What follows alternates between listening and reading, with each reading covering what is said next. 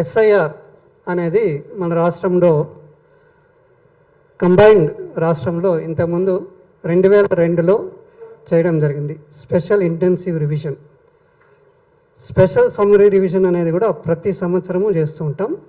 దానికి దీనికి తేడా ఏంది అని ఆలోచిస్తే, స్పెషల్ సమ్మరీ రివిజన్ అనేది electoral roll as it is ఉంటుంది, దానికి మార్పులు చేస్తూ వెళ్తూ ఉంటాం. For example, last year 3 crores ఉన్నారనుకుంటే చేర్పులు 10,000, తీసివేయడం ఒక 5,000, అంటే 3,05,000.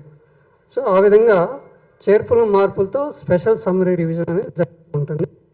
స్పెషల్ ఇంటెన్సివ్ రివిజన్ అనేది పూర్తిగా ఎలక్టరల్ రోల్ ఏదైతే ఉందో దాన్ని ప్రక్షాళన చేయడం, లేకపోతే పూర్తిగా తీసేసి కొత్త రోల్ని తయారు చేయడం అనేది దీని యొక్క ఉద్దేశం.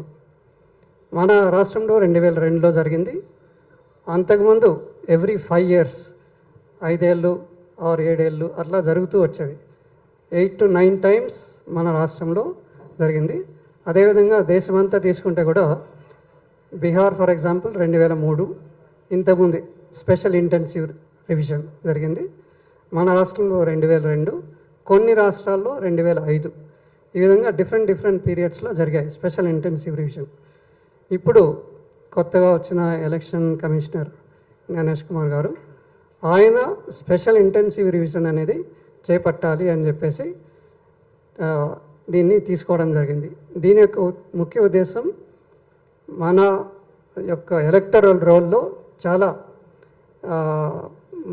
మార్పులు చేర్పులు అవన్నీ కూడా చేయకపోవడం, చనిపోయిన వాళ్ళ పేర్లు తీయకుండా అలానే ఉంచడం, తర్వాత వేరియస్ అదర్ కారణాల వల్ల ఇట్ రిక్వైర్స్ క్లెన్సింగ్, అంటే పూర్తి ప్రక్షాళన చేయాలనేది ఉద్దేశంతో ఇప్పుడు స్పెషల్ ఇంటెన్సివ్ రివిజన్ మన రాష్ట్రంలో చేపట్టడం జరిగింది. మన రాష్ట్రంతో పాటు ఇంకా 17 రాష్ట్రాలు ఈ విడతలో చేపడుతున్నాము. ఇంతకుముందే 12 రాష్ట్రాలు ప్లస్ బీహార్ 13 రాష్ట్రాల్లో ఈ స్పెషల్ ఇంటెన్సివ్ రివిజన్ అనే ప్రోగ్రాం పూర్తి చేయడం జరిగింది. ఇప్పుడు మన రాష్ట్రంలో కూడా అందులో భాగంగా మనది పంజాబ్, మా 2 కలిపి, తర్వాత ఆంధ్రప్రదేశ్ ఒక 10 రోజుల ముందు, తర్వాత కొన్ని కర్ణాటక, మహారాష్ట్ర 5 రోజుల తర్వాత, ఆ విధంగా ఒక డిఫరెంట్ విడతల్లో చేపడుతున్నారు. సో ఈ స్పెషల్ ఇంటెన్సివ్ రివిజన్లో 2-3 ఫేజ్లు ఉంటాయి. ఫస్ట్ తీసుకుంటే ఎన్యుమరేషన్ ఫేజ్. ఎన్యుమరేషన్ ఫేజ్ అంటే ప్రతి ఒక్కరికి ఎలక్టరల్ రోల్ సంబంధించిన అది ఎన్యుమరేషన్ ఫామ్ ఏదైతే ఉందో, ఎన్యుమరేషన్ ఫామ్ ఇలా ఉంటుంది. ఇది ఎన్యుమరేషన్ ఫామ్. ఈ ఎన్యుమరేషన్ ఫామ్ని ఎన్యుమరేషన్ పీరియడ్ అది ఎప్పుడు మన రాష్ట్రం తీసుకుంటే జూన్ 25 నుంచి జూలై 24 వరకు ఈ ఎన్యుమరేషన్ ఫేజ్ అంటాము. ఎన్యుమరేషన్ ఫేజ్లో ఇటువంటి ఎన్యుమరేషన్ ఫామ్ను ప్రతి ఒక్క పౌరుడు ఎవరైతే 2000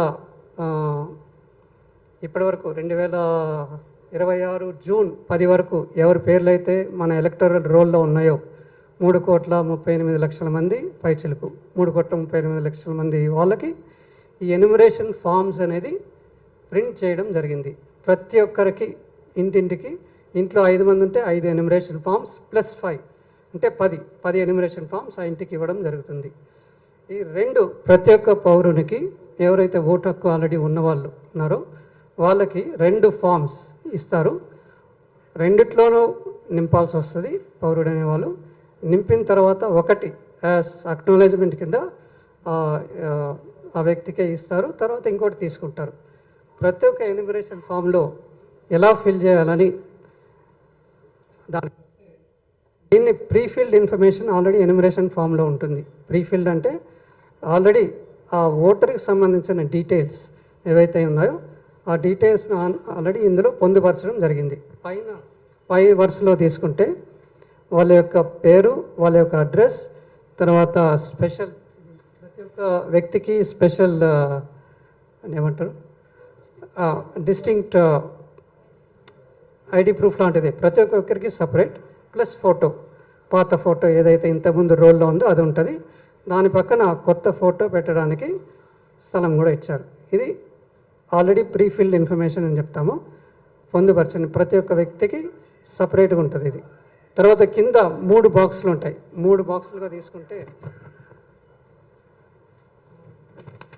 ఇప్పుడు ఈ 3 వరుసలను తీసుకుంటే 1, 2, 3 అనుకుంటే ఇందులో మొదటి వరుసలో 2000 ఓటర్ అయి ఉన్నారో ఓటర్ అయిన వ్యక్తి, ఫర్ ఎగ్జాంపుల్ మీ తల్లిదండ్రులు కావచ్చు, మీ గ్రాండ్ పేరెంట్స్ కావచ్చు, వాళ్ళు 2002లో ఓటర్, మీరు కాకపోవచ్చు. కాబట్టి వాళ్ళ యొక్క డీటెయిల్స్ నేను 2002లో ఓటర్ని కాబట్టి నా యొక్క డీటెయిల్స్ ఇక్కడ ఫిల్ చేస్తాను నేను. తర్వాత ప్రస్తుతం నేను ఫర్ ఎగ్జాంపుల్ నేను తమిళనాడులో ఓటర్గా ఉన్నాను అప్పుడు అనుకుంటే తమిళనాడు డీటెయిల్స్, నా పేరు plus Tamil Nadu address, Tamil Nadu details ఏమన్నా అవన్నీ ఇక్కడ పెడతాను. తర్వాత ప్రస్తుతం ఏదైతే ఎక్కడ ఉంటున్న ఓటర్ ఆ డీటెయిల్స్ ఇక్కడ పెడతాను. నాది 2002లో ఓటర్ కాబట్టి ఈ బాక్స్ ఫిల్ చేస్తాను, తర్వాత ఈ బాక్స్ ఫిల్ చేస్తాను.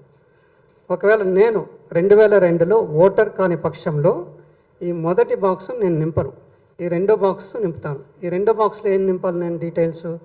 మా యొక్క తల్లిదండ్రులు కానీ లేకపోతే గ్రాండ్ పేరెంట్స్ యొక్క డీటెయిల్స్, వాళ్ళు 2002లో వాళ్ళు ఓటర్ కాబట్టి వాళ్ళ డీటెయిల్స్ని ఇక్కడ నింపుతాను నేను ఈ బాక్స్.